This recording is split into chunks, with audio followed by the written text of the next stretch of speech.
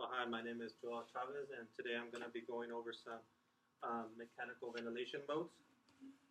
So these are our objectives for today. So first thing I'm going to talk about is knowing the difference between pressure and volume control. And then for the modes that I'm going to be talking about, I have APRV, SIMV, and pressure support as my spontaneous mode. So first thing is in pressure control. So what is pressure control? So in a pressure control mode, pressure is a control variable, and your tidal volumes will vary depending on the patient's lung characteristics. If they have good lungs, then you'll require less pressure to get a set amount of volume that you kind of want. So let's say you want 500 or something, you can get that with lower pressures as opposed to higher pressures. The pressure that we get is we either set it ourselves as therapists or we get it ordered by the physician. And one thing to note in pressure control, flow reaches the highest point at the beginning of the breath, and it remains constant throughout the breath until it cycles off. So this helps recruit some alveoli and improve oxygenation. And then for volume control, you can kind of think of it kind of like an opposite. So in volume control, we set the volume, or the physician tells us to set the volume. That's our control variable, and our pressures will vary depending on, again, the patient's lung characteristics. If they start to deteriorate, the pressure will start rising, and it can lead you to some unsafe pressures. But the volume will remain constant because that's the volume that we set or that we get from the physician to set. I'm also going to briefly talk about some other terms that you might hear throughout my presentation, and that's things like trigger, sensitivity, and cycle. So for triggering, we have time trigger, which is a breath that is given over, you set a rate, and then the breath is given based on the certain amount of time. So an example, if it's 6 breaths per minute, which you probably wouldn't do, every 10 seconds you would get a breath. And then we have what the patient is doing, which is a patient trigger. So we have flow. So flow should be constantly going throughout the circuit, and when the vent senses an interruption of flow based on what sensitivity you set, then it will deliver a breath. Flow trigger has been thought of as having a faster response time and kind of easier for the patient to trigger, as opposed to the second one, which is pressure. So for pressure, the patient has to drop a certain amount of pressure to get a breath, and in cases of like auto PEEP, where the pressure, they kind of have to overcome the patient has to overcome their own auto PEEP and still get that certain drop of pressure to trigger a breath. It might be a little bit harder for them. Sensitivity can be thought of as how hard or how easy a patient can trigger a breath. So based on, usually the therapist set that, so based on what we set, we can either make it really hard or we can make it somewhat easy for the patient to trigger a breath. You kind of want to get into that sweet spot of in the middle. You don't want them to be having an easy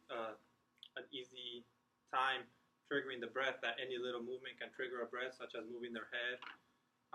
Or you don't want to make it as hard, so your patient has to increase their work of breathing or increase the force to try to get that breath in. So you kind of want to have a sweet spot. You want to set your sensitivity. For cycle, so what is a cycle? A cycle is from the time your breath goes into inhalation to exhalation. For that, we have time, volume, and pressure, and flow. So time, so most modes have a set time that they're just going to cycle off from inhalation to exhalation. For volume, once the breath reaches that certain volume, it'll cycle off into exhalation. The same for pressure. Once that certain pressure is reached, it will cycle off into exhalation. For flow is more in spontaneous modes, and it's based on the total percentage of that total flow when it will cut off. So now for the modes that we have. First up is APRV, or airway pressure release ventilation. So what is APRV? It can be thought of, it provides 2 levels of CPAP with an intermediate release phase, hence the name APRV. So one level is known as your P high, and your other is the other one's your P low. For your P high, you also have a prolonged time, also known as your T high, and this helps maintain alveolar recruitment, helps improve oxygenation, and then we have a time cycled release where it goes down to your P low, which is your other CPAP level, and then your for a short period of time, also known as your T low, and this is mostly your exhalation. So this is when your CO2 removal is going to occur in your breaths. APRV is mostly used for patients that have like ARDS, where you kind of want to get an inverse ratio. So you want the patient to be more on inhalation and help recruit those alveoli and help improve your oxygenation. So you would have a higher CP high, T high to get that inverse ratio. And then for exhalation, you're gonna want to make it short, so no de-recruitment happens when the patient is trying to exhale. So why you use APRV? So while any patient can be used, can be adequately ventilated on APRV, it's usually for those patients that require alveolar recruitment, so such as ours, like I stated, and it helps again improve their oxygenation. The earlier APRV is used, the more effective it is in recruiting the lung, and the more likely it is to be tolerated. So once you kind of figure out that your patient has ours and might require, like an inverse ratio type of mode, then APRV should be initially what you think of as what you want to place them on. So here are some indications for APRV. So like I said, ARDS or acute respiratory distress syndrome, APRV kind of go hand in hand.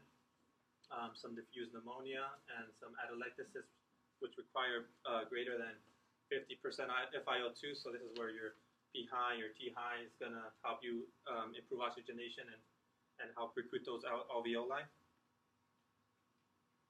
So what are some initial settings for APRV?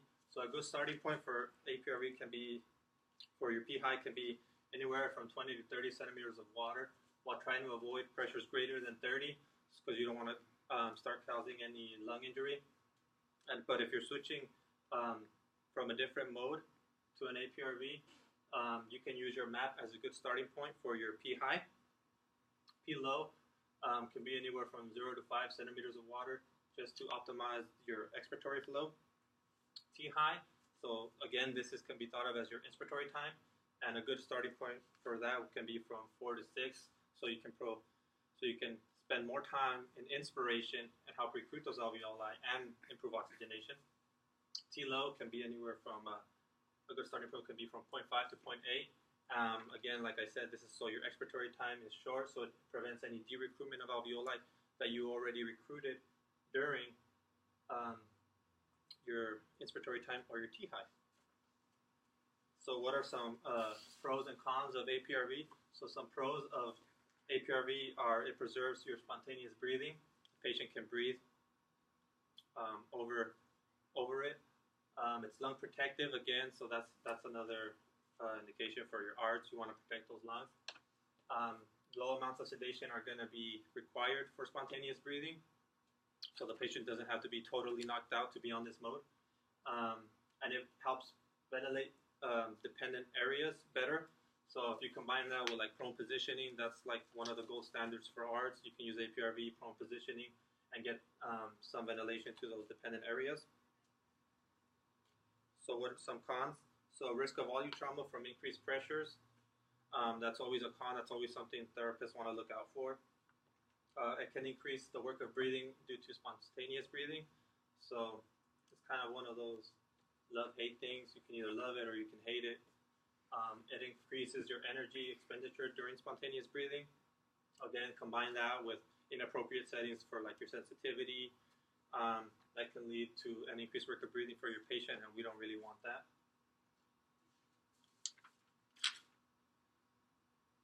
So my second mode is volume control, synchronized intermittent mandatory ventilation. There's also pressure control, but for this, I'm going to talk about the volume control aspect.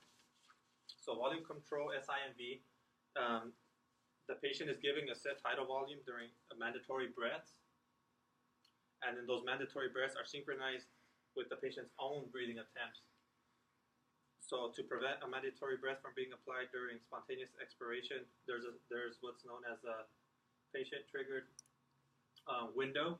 So during that, so if a patient is trying to spontaneously breathe, after they've already received the mandatory breath, there's a small window that the machine won't give a breath until it waits for a patient to trigger a breath.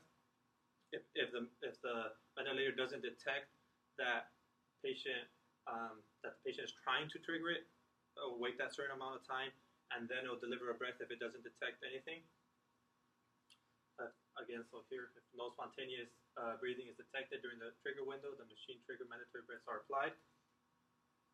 So that's what it means by synchronized. It's kind of trying to synchronize the patient's breathing with the set rate that you're going to set as a clinician, as the therapist, and try to avoid things like breath stacking, things like that. So some initial settings for SIMV. So kind of like traditional ventilation, we have a range of like 6 to 8 milliliters per kilo.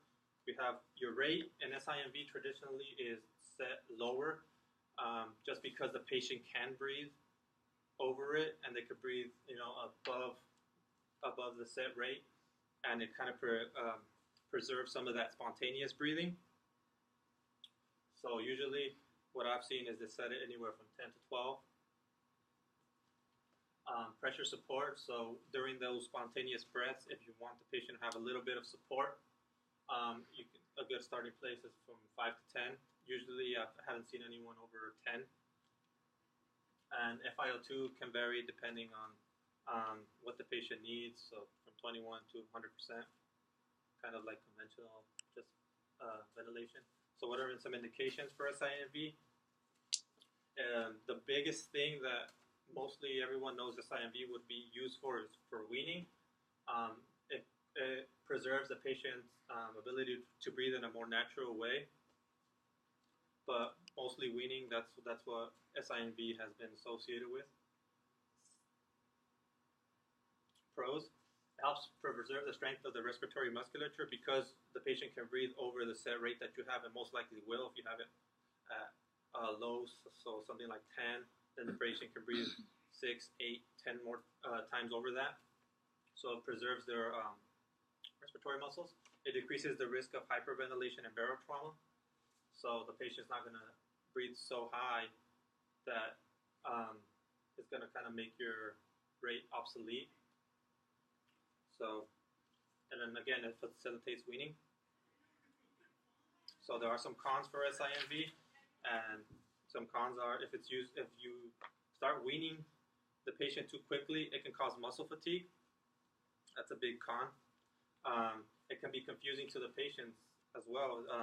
So between breaths, if the patient is getting a set breath that you set at, and then between that they're breathing spontaneously, it could be confusing if they're trying to get that, let's say 500 tidal volume, and the pressure support and their own breathing efforts aren't pulling that 500. They're going to try to work harder to reach that 500. So that's why they kind of it's been known to be confusing to patients. They're not going to know if they're going to receive a good big tidal volume, or they're going to kind of get a smaller tidal volume that they can only get. So our third ventilation mode is pressure support. So for pressure support, it's a spontaneous mode. A small amount of pressure is applied during inspiration to help the patient draw in a spontaneous breath only. Pressure support can make it easy for the patient to overcome the resistance of the ET tube, as well as try to get weaned off quicker because it reduces the work of breathing. One thing to know for pressure support, as any spontaneous mode as well, you're going to want to set your apnea alarms in case the patient for some reason stops breathing. That will kick in and give some set breaths at a set volume that you've set at, as well as the FiO2 you've set at. And that's for any spontaneous mode.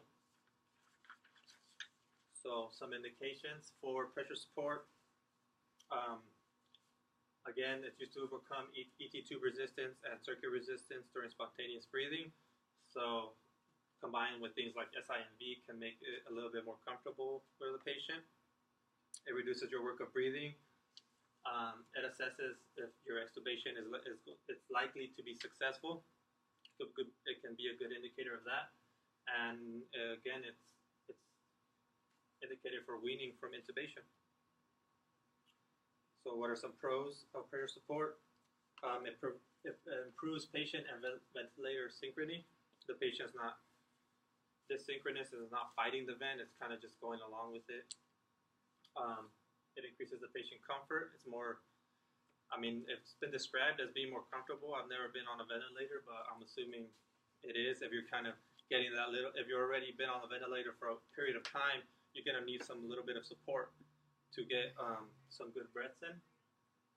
Minimal or no sedation can be required if the patient has an adequate respiratory drive and good musculature. Then pressure support can just help them overcome the ET tube and circuit resistance. And then the patient retains control over their own frequency. So the patient's controlling their own rate, which in turn will kind of control their own pH. So they're maintaining their own pH. Some cons of pressure support. So probably the biggest con can be that your minute volume, your minute ventilation is not going to be guaranteed. It's spontaneous mode, so the patient could be breathing 20 times a minute, 1 minute, 30 times another, or 8 another. So there's no control over that. Periods of hypoventilation can occur. So depending if the patient's sedated, what's going on there. It can increase your work of breathing if inappropriate rise time or trigger are set. So again, this is a therapist. The therapist sets the trigger and the rise time. So this is where knowledge kind of comes into play. If you set an inappropriate setting, then it can make it harder for your patient to trigger that breath. They're going to start increasing the work of breathing, and then all these alarms are going to start coming on, and you're going to have more problems. So it's better to know what you're setting and know if those settings for that patient are adequate enough. And your patient may fail to cycle to expiration if there's a leak. There's not going to detect the leak, it's just going to keep going. So some pressure support settings. So the rate is controlled by the patient. Again, tidal volume, the patient controls their own tidal volume. Again, going that with rate, they control their own minute ventilation, which they can also control their own pH. So they're just in control the whole time. Pressure support, usually you've seen it set from anywhere from 8 to 10 is a good starting point. If they require lower, you can go lower. If they require higher, you can go higher. But as soon as they start requiring a higher pressure support, you might need to reevaluate the patient. PEEP, 3 is a good starting point, and then PEEP can just keep going up. So that's it for the 3 modes that I have. I also have some questions here. So first question, the patient has been diagnosed with ARDS. Which ventilation mode will be the most appropriate for this patient? And of course, the ones that I already covered, out of the ones I've covered and non-invasive, the answer should be APRV. So again, for APRV, you can get an inverse ratio, higher inspiratory time, which improves alveolar recruitment, oxygenation, shorter expiratory time. So it prevents de-recruitment of those alveoli you just recruited. And it's lung protective as well. You're not going to get super high pressures. We control that. So that's why it's mostly indicated. So how do lung characteristics affect pressures during volume ventilation? So here are our choices. So out of the 3, the one that only really makes sense would be low compliance lungs will cause an increase in your pressures to deliver your set tidal volume. So again, in low compliance, you have what's known kind of like stiff lungs. That's going to cause your pressures to increase to get that certain volume. The pressures will not change and set volumes will remain constant. That's not really true, because the pressures will change, and neither is not true. So the only logical choice would be low compliance lungs, increase in pressure, and to get that set tidal volume. It's kind of like the basic of mechanical ventilation. So 3, how does the volume setting have an effect during pressures? How does the volume setting have an effect on pressures during volume ventilation? So in this question, so we're in volume ventilation. We have a volume setting. Pressure is variable. Out of the 3 choices, C is no effect on pressure and volume ventilation. That's not really true. We know that. B, lower volumes require higher peak pressures. That's not really true. A, higher volumes will produce higher peak pressures. That's true. So if you have a higher volume, you're going to need more pressure to get that certain volume. Kind of goes hand in hand. So they're both moving in the same direction. B would be lower volumes will require lower pressures because you're not really getting those big, large tidal volumes. So the only logical choice here would be A, higher volumes produce higher peak pressures. And our final question here, so how do we wean using the SIMV mode? So again, here are choices. You wean by slowly lowering the set breathing rate. B, you wean by immediately lowering the breathing rate by half. C, you wean by lowering the tidal volume by half. And D, you wean by switching modes. So let's talk about D. First off, you wean by switching modes. SIMV has traditionally been used as a weaning mode, so that doesn't really apply. C would be you wean by lowering your tidal volume by half. That's not really true.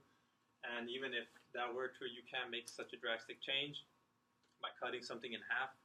B, you wean by immediately lowering the rate by half. Again, that can also that's not true because you don't want to make big changes in mechanical ventilation. You don't know how the patient's going to respond.